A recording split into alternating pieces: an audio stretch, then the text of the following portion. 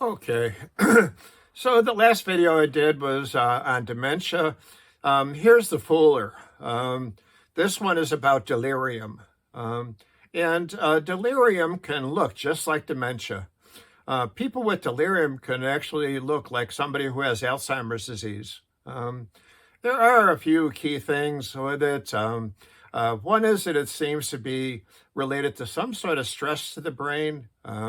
It seems to be temporary, and it definitely is associated with more unusual effects like hallucinations and things.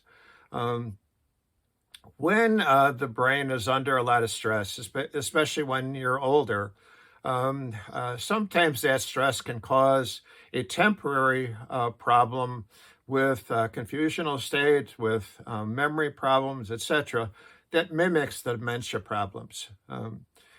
Delirium can be caused by medication sometimes. It can be caused by surgery and anesthesia. And it can be caused by, some sort of trauma like a fall. For a period of time, that person, will appear to be having problems with dementia. Usually within a few days or so, that problem clears as the brain heals itself.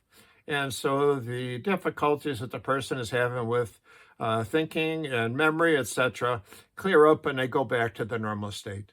And that's one of the big things with delirium, is that it's temporary type situation. I mentioned there are medications that can cause it. There's also other chemicals that can cause it. Everybody knows about the delirium that's caused by alcohol. Nobody has to question, whether the person with, too much alcohol looks like they have dementia because of the way that they act, when they're really inebriated much. Can't drive a car, can't even walk sometimes, stumbling around. So this is kind of a chemically induced type of delirium. And anybody who's using any kind of drugs can have a similar type situation. So somebody who's addicted to narcotics can have a delirium. Our medications that doctors use also can cause the problem. So sometimes we have to change medications when we start noticing a change in the person's behavior. A typical medication that causes problems are the antidepressants.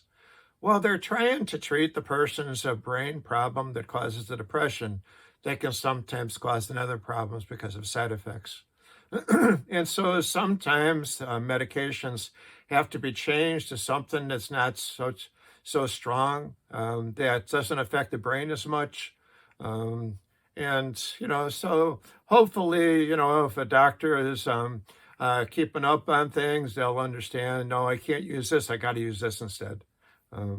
So this is delirium. It's a temporary problem with confusion or dementia for a very short period of time, not the long-lasting problem that the Alzheimer patient has. Okay, take care.